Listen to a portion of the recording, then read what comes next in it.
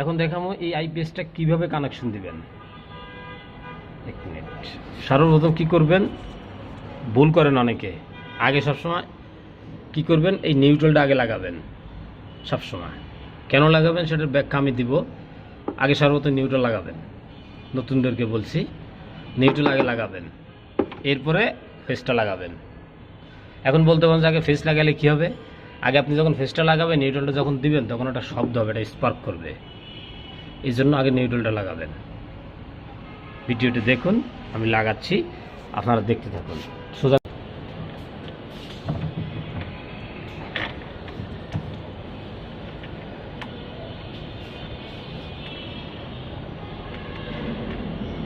ঠিক করে দিল, যদি উল্টা পাল্টা হয় তাহলে খবর আছে।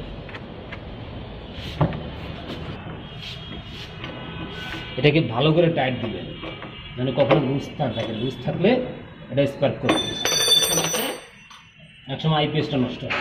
দেখ, যে কাজই করেন ভালো করে টাইট দিবেন। আমি ভালো করে টাইট দিয়ে দিলাম।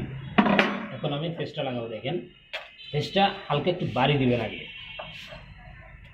দেখুন আমি যখন দিব তখন দেখুন এটা একটু হালকা একটু করবে, বুঝছেন?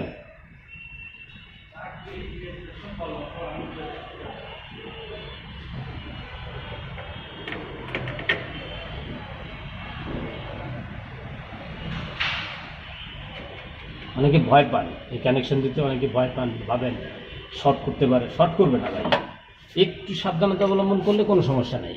আর এটা ডিসি ভোল্টেজ, ভয় পাওয়ার কিছু নাই। এটা আইপিএসের মাধ্যমে এর ভিতরে সার্কিট দেওয়া আছে। ওর কাজই হচ্ছে এসিকে ডিসিতে রূপান্তরিত করে চার্জিংয়ে পাঠিয়ে দেবে। দেখেন টাইট দিয়ে দিলাম, কাজ শেষ।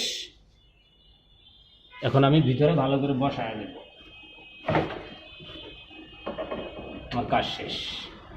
এখন আমি এখানে কানেকশনটা দিয়ে দেবো।